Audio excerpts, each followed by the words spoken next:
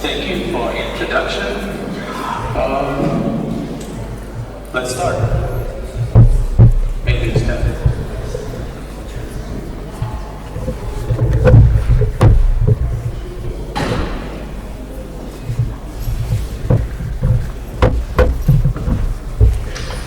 Okay, this is the outline. So as you know, as I talked today, the hardware is one of the biggest business of Huawei, and today I will talk about building a specific neural network for some hardware application. So the first part of the presentation will be about how to build our network for pre-distortion to fight with the noise.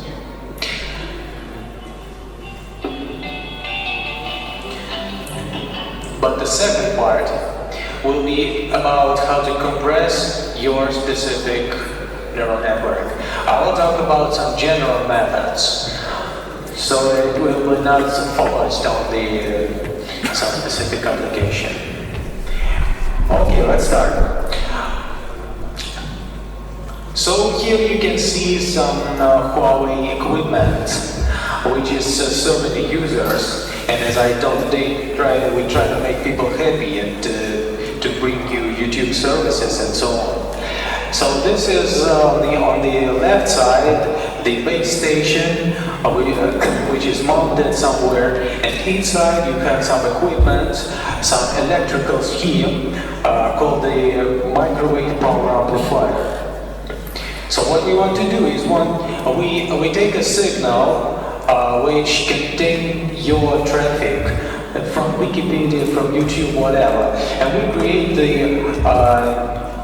big wave, we amplify it and distribute it over the space to get to the cell phone.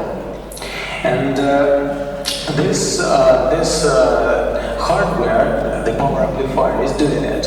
It is based on some transistors, and the real problem inside that the power amplifier is non-linear. And what we want is we want to do you see the mouse there? No, there is no mouse. Do we have some laser on?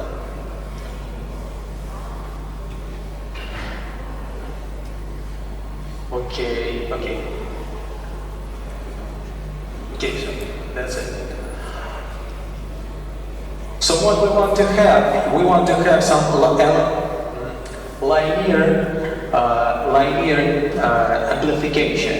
But the problem is that the amplifier is non-linear and it inserts some noise inside the signal. This is just a simple example that I imagined. So, for example, the amplifier works like a sine. On the slow amplitudes, it has linear gain. On some big values, it saturates, and there we have problems. Okay, and the technology about the denoising is to apply the inverse function. I think you know what's the inverse function of the sine, and so we take the arc sine, and if we apply first of all the arc sine, then the sine, we achieve the linear transfer function. So very simple. But in fact, it is not so simple. Why? Because the equipment is not the sine. It is some electrical device which has the long memory. It depends on the signal that came 10 samples before, 20 samples, or even bigger memory. So we have to search for the inverse function in some very big dimensional space. Once we found the inverse function, we want to insert it before the equipment. So when they won't work together, they they give us the linear gain at the end. So maybe you all heard about, I don't know how to say in English, теплый ламповый звук. I looked at the Wikipedia, and so they say not the lamp sound, but the tube sound. So the guys are joking about the amplifiers that they're using for electrical guitars and so on. When the amplifiers was based on the lamps, the sound was great. But when they switched to transistors, the distortion and the sound is not so perfect. And that's what we are fighting for. The non-linearity of transistors gives a lot of problems. And on one hand, we can develop a better transistors, but it costs money. And the idea, if we can solve the problems of the noise with some small and cheap computational unit, it is much cheaper for a final solution. So we can reduce our cost in the hardware and while creating the algorithms. So every time we are fighting about this, because we want to build the cheaper equipment, and the guys from the hardware, they ask us, can you do better algorithms so we can finally build a better solution?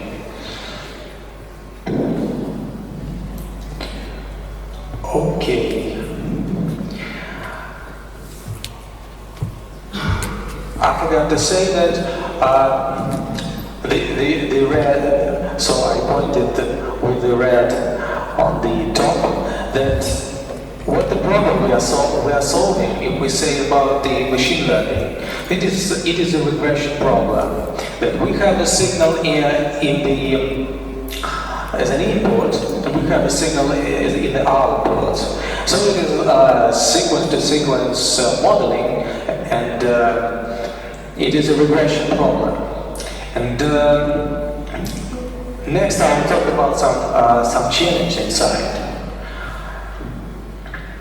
So what we want to do is we want to take some feedback and continuously adapt the model. Finally, we want to incorporate our machine learning model in some ASIC. This is the computational unit which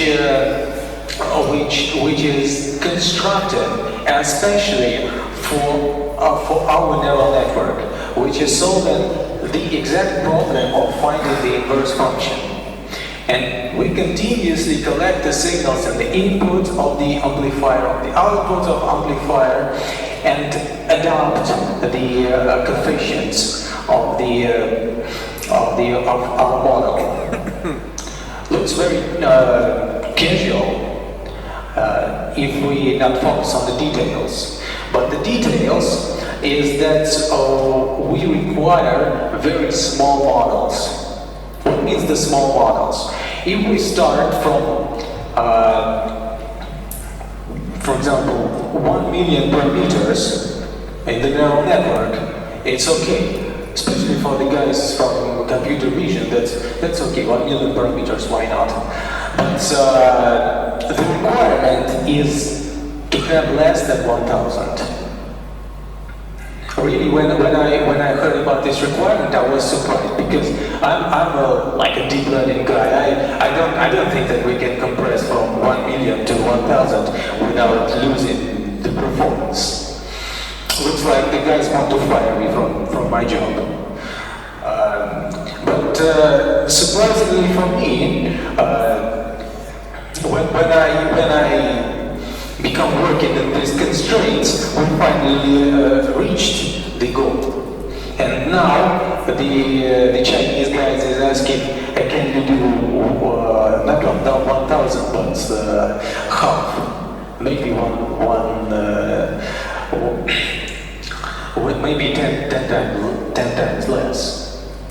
And now I don't think that it it is impossible. Of course, it is a challenge. Okay, this is the first point. But the second point is that the floating point arithmetics is not to say not available. It is, we don't want to use it because the multiplications in the floating point is very resource consuming, and we want to switch to fixed point arithmetics, to the integers. This is the other challenge. So reduce from 1 million parameters to 1000 and then switch to fixed points. And the third challenge I thought I had to mention that, because when we look at the algorithms from the computer vision, when the guys want to deploy the network, embed the network on the smartphone, as I know, they usually don't adapt the network on the smartphone. So they compress the network on their servers in the cloud, then they distribute the network, and the network is working on the smartphone, it is not adapting. In our case, the network has to adapt continuously, and it has to do it in the fixed point, in integers. And here we have big problems with the backpropagation, because when we round the floating point values, we lose information. If we have a network of I don't know, 100 of layers, we lose information when the arrow goes from the bottom to the top. And this is the second problem.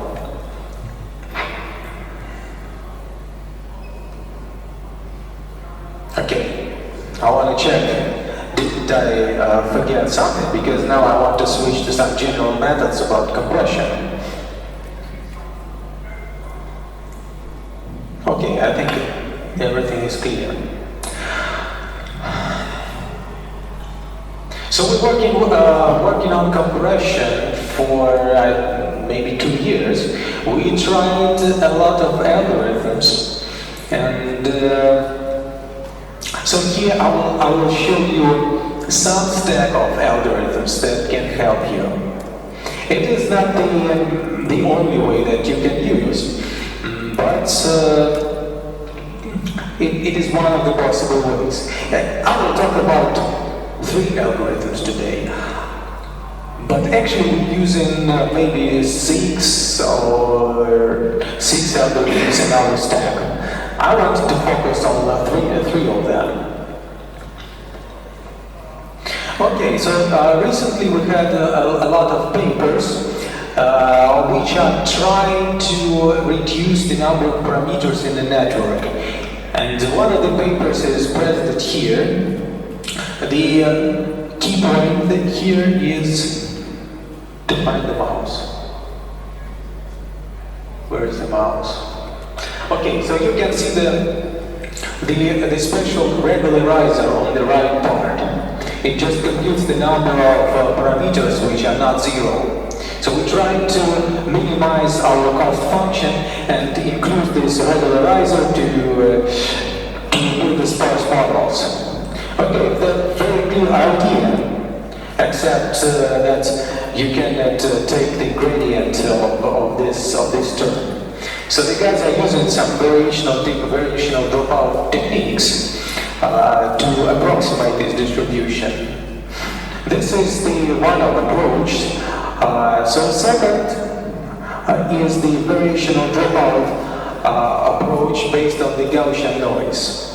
And this is what we actually prefer comparing to this method. So this is the first method, it works, but the second method works better. The variational dropout that sparsifies deep neural networks. This is a paper from Dmitry Molchanov, Arseniy Ashukha, and Dmitry Metrov from Moscow. And this is the illustrations from their GitHub. I don't remember exactly what's the network, but it is some computer vision network. You can see on the left side, you can see some convolutional filters, kernels. On the right side, you see the dense layer. And this is what's happening while training and while sparsifying the network. So while training goes, you see that most part of the parameters are not sufficient. They can't be replaced. They can be withdrawn out and replaced with the zeros. It's a big surprise.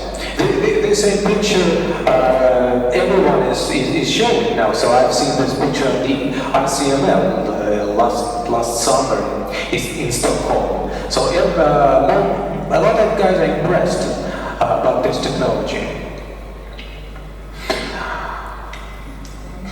But you have to consider your specifics, because if you're working on the GPU, I don't know, can you speed up your computations if you have a sparse kernels? As I know, it is not possible. So the general GPU computations will look at your kernels as the dense layers, and there will be no speed up. So if you know how to do it, so it will be very nice to hear. But in our case, we are designing some specific hardware, and we finally, when we embed the neural network in the ASIC, we can process all computations in our manner.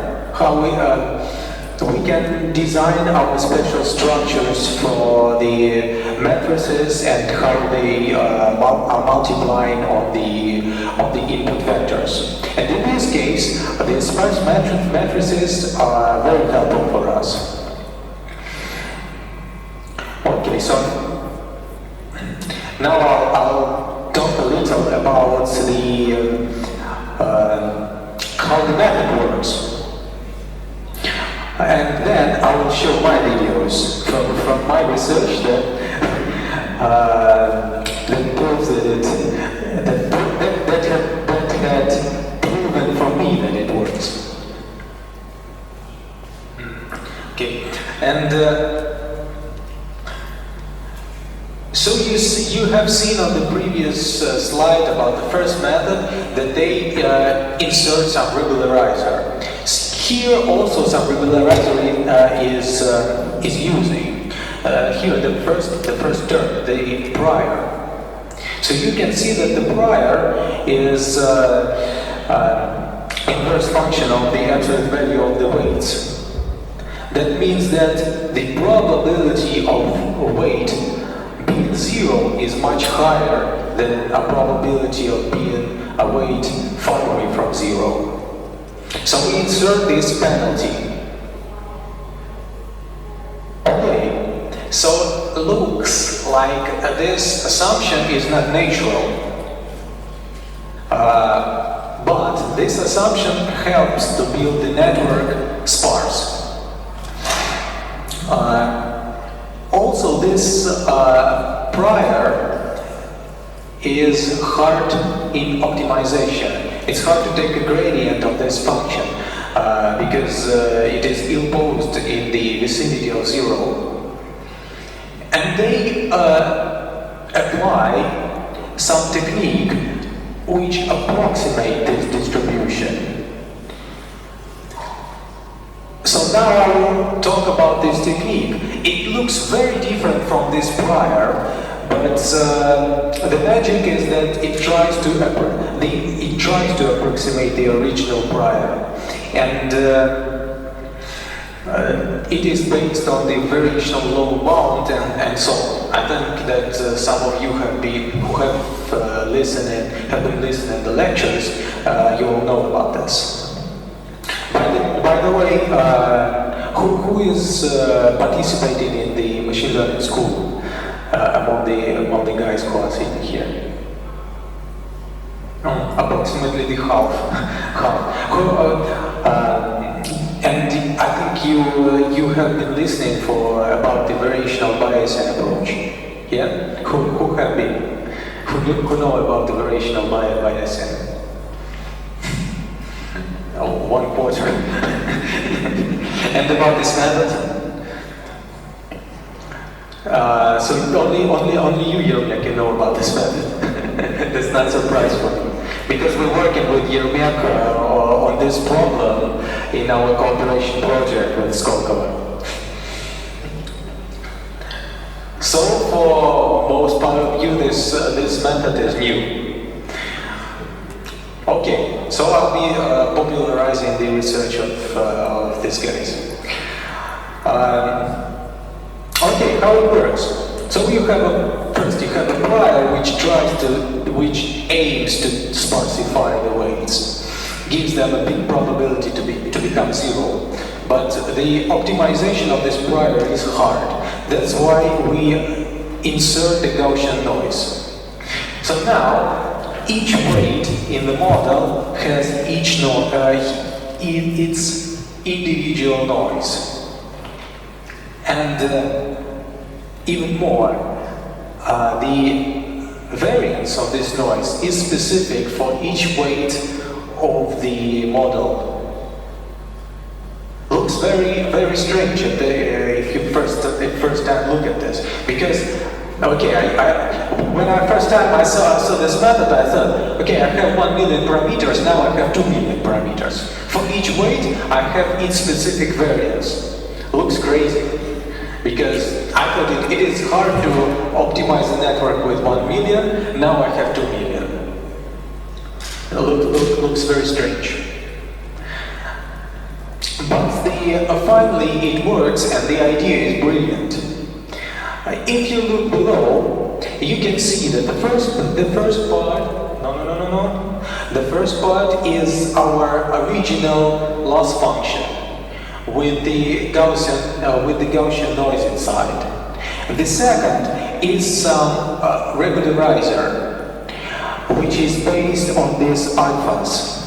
And this regularizer is designed in the way that it says to alphas goes up. So if there were no original loss function, all alphas will go up, and you will have a very big noise in your model and zero performance. But on the other hand, you have your loss function, and so you have some trade-off between the growth of variances, between the growth of noise in your model and your loss function. And what happens? And the following happens. The noise grows faster in those parameters which don't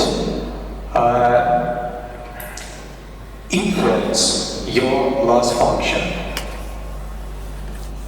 So first of all, the noise starts growing in those who don't influence your loss function. And then you can observe which parameters has the highest noise, and then you can withdraw them. That's a very simple idea. But if you look at the beginning, there was some prior. Now you don't see any prior. There is some mathematics inside which proves this problem, and finally leads to a success.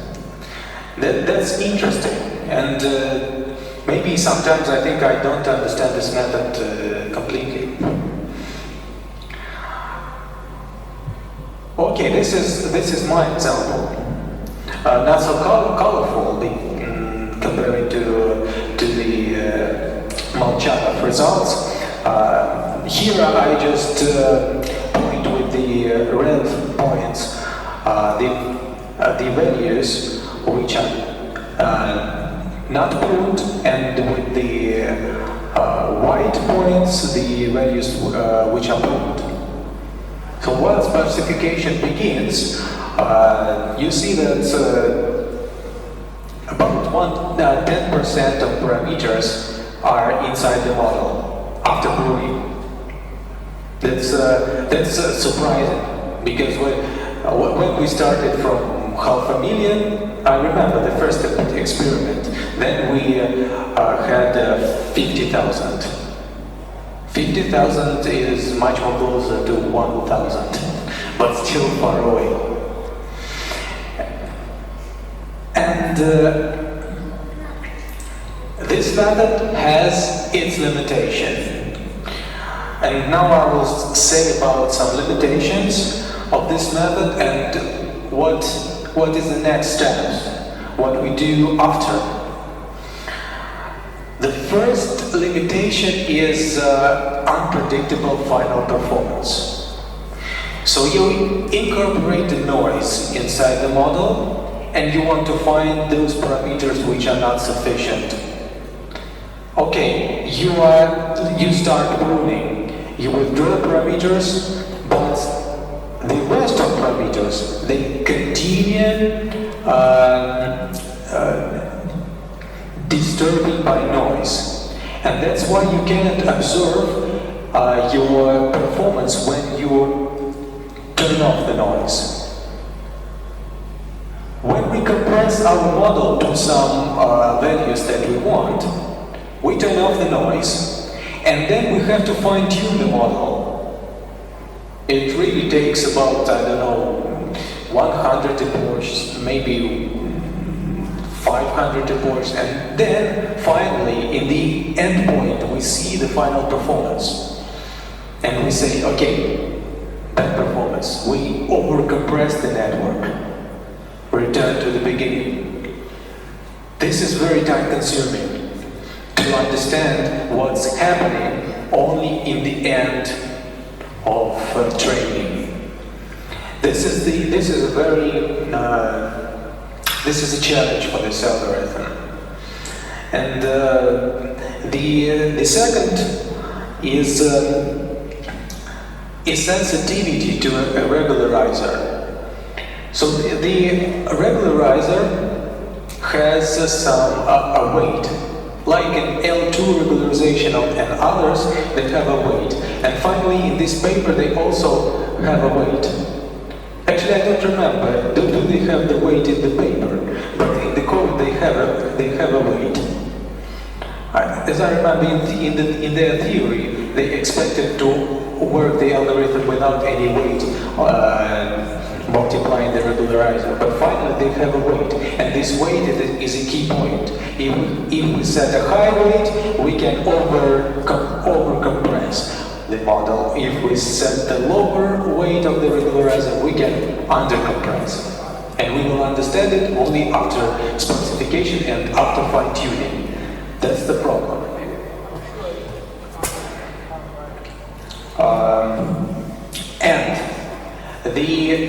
This technique is specific to the type of the layer. If you are using a dense layer, you go through some mathematics to understand how it has to be done in the dense layer. If you work with the convolutional layer, you do it with the convolutional layer. If you try to do with recurrent layer, you have to rewrite the mathematics for the new layer. If your model is non-standard, it contains some strange layers, that's our case, you have to adapt this to your case. And this is the some obstacle. This method is not so general. And for example, we have such layers. We're working with some electrical engineering with complex valued signals which are multiplying on each other, and it restricts our research. We have to invent new layers inside the model. So it is not. It is also an obstacle. And this method has to be upgraded to work with the recurrent networks. Also, Peter Vetrov and his students, they made a paper how to adapt this method to the recurrent networks.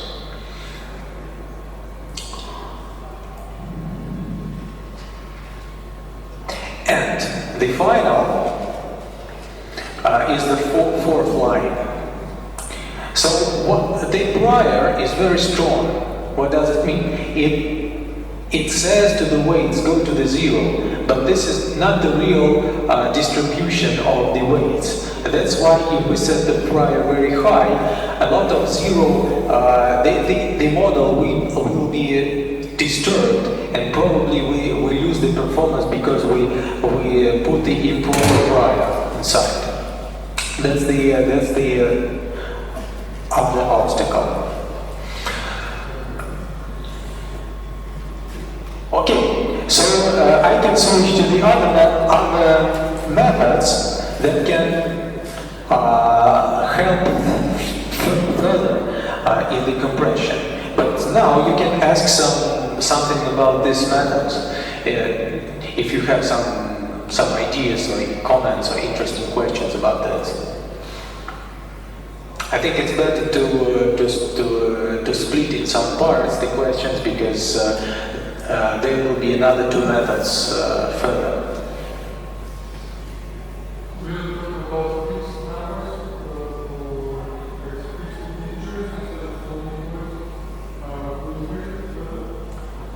No. It is the other research. It is I think the separate presentation can be done about this, because on the inference of the network, one fixed point arithmetics can be used. On the back propagation, the other arithmetics can be used. And this is really some big talk about this.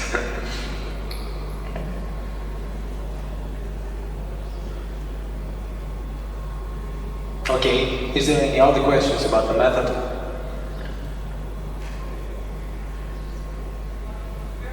You start from the hypothesis that the number of parameters can be decreased, but what if not? What would you do if noise increases temporarily in all parameters? What would you answer to your Chinese hardware?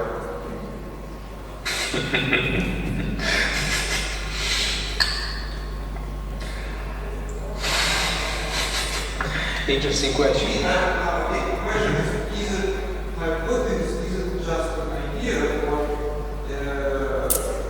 can it happen that when you apply this model next time, Okay, I get the question. The answer is following. It depends on the size of the initial model. We start from the very large, over-parameterized models.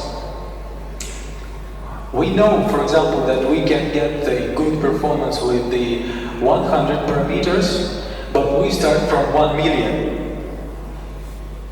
Why? Because we try to spread the neurons among the all feature space.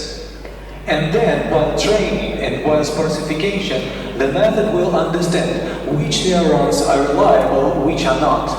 We try to spread all of the feature space. That's why we start from the over-parameterized models.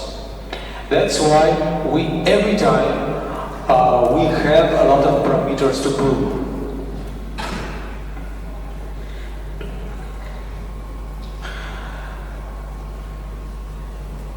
Okay, so what can we do next after the variational dropout? As I told before, it doesn't compress the model finally.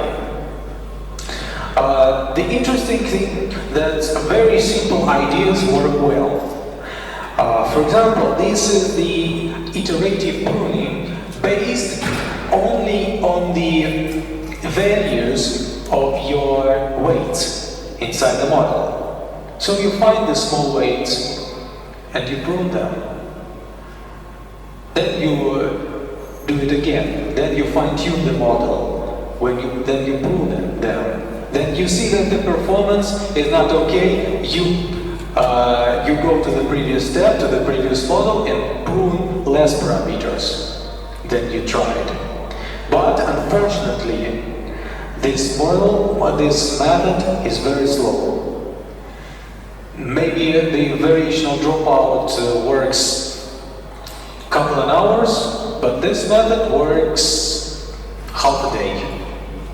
Because there is no idea of some optimality of this pruning. Just find this low values, prune them. Why these values? Why these low values had to be pruned? Because so every time you have to check what happens with your performance. If the performance degrades much, you go to the previous step. And this is like a brute force algorithm, but this method works. And probably it works because there is no improper prior that I talked before, and that disturbs the model, and so on. Okay, now I jump through the maybe two methods that we also use, and switch to the next step. Okay, so you are not stopping. You want to prune your model completely. Okay, great idea. When my Chinese colleagues say so, I thought maybe the problem isn't you. Why do you need so over-compressed models? It's impossible. So you have to work with your brain. Okay, so of course I'm kidding. There is a method called the optimal brain surgeon. It is from so old years ago, 1994. So I was in the first class, maybe in second. It was already developed, and now it is becoming popular. And now I'll explain why. So here is some mathematics. The E is your loss. Let's look at the Taylor expansion of your loss until the third term. So if your model is in some local minima, the first term is 0. The gradient is 0. And you can look at your loss as a quadratic form of the Hessian matrix. Okay, that's fine. Then you can ask the questions. If my model is 1 million parameters, then the Hessian matrix is 1 million by 1 million. It's impossible. Yes, of course, it was impossible before you started compressing your model. After compressing up to the thousands, tens of thousands parameters, it is possible. You can work with the matrices 1000 by 1000, 10,000 by 10,000, even maybe 100 by 100,000, like this. These square metrics, they can fit into your RAM. You can inverse them. You can do something with them. Okay, but you can say on the other hand, you have the other problem. It is consuming to take the second order gradients, because this Hessian matrix is the second order derivative here. Do we have a mouse? Okay, no. But the interesting thing that you don't have to take a second order derivatives. If you can estimate the second order derivatives without taking second order derivatives. If you're working with the maximum likelihood estimation. This Fisher information theory helps us, not theory, but Fisher information as some knowledge, something from the informational theory. It helps us to get the expectation of the second order derivatives using only the first order. So here f is your network, your neural network. The D is a particular loss on some sample, and here is a second order derivative. So here is a mistake in my slide. The idea is that you can only compute the gradients, and then you can compute the covariance matrix on these gradients. Just multiply your gradients on each other and compute the covariance matrix of your gradients with some weights which are the first term here. But the idea is very simple. No need to compute the second order derivatives. Just the covariance matrix of your gradients. It's okay to estimate the Hessian matrix. And so it becomes very simple. The only thing that you have to do is to implement this on GPU, and everything will be okay. That's what we've done. And so finally you have this quadratic form as an approximation of your loss function. This is the simple example. So theta here is the parameters, and then you can ask your quadratic form, what will happen with our loss if we put some parameters to 0? It's very simple to compute if you have the Hessian matrix. So simple that to check this hypothesis is very cheap. Just compute one quadratic form. Okay? And then we pose the problem, optimization problem on the quadratic form. Which parameters has to be improved so that our loss will not increase so much. It can be used as the discrete quadratic programming problem. And so this is a very interesting idea. It comes from the 90s, and now it is reliable again. You can use it after you compress your model from millions of parameters to 10,000s. Then you can significantly higher compress your model, because the Hessian contains the information about the correlations between the weights. It can say you can reduce this weight because the other weights can do his job. That's what the optimization, the quadratic form gives you. Okay, so this were the three methods. This is my email, some Telegram channel to ask questions about whatever you want. Also about the compression, so follow. And you can also ask some questions. We have 15 minutes, or we can go for a walk before the next presentations. Thank you.